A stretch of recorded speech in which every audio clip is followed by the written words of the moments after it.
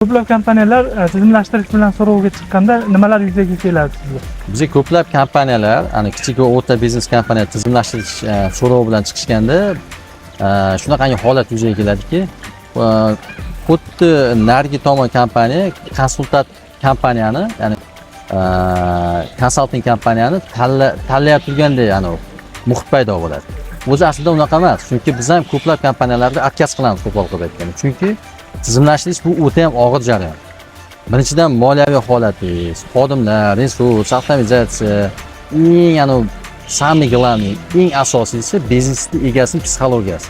Shu narsaga o'zgarishga tayyormi, tayyor emasmi? Biz uni ko'rib chiqib turib, keyin ishlaymiz yoki ishlamaymiz deb aytamiz. Bu degani konsalting kompaniya hamma biznesni ham oladi yoki hamma biznesni ham tizimlashtiradi degani emas. Konsalting kompaniya bizneslarni tanlaydi. Agar buni misol uchun tizimlashtirishga holati tayyor bo'lsa, keyin qilinadi, bo'lmasa qilinmaydi.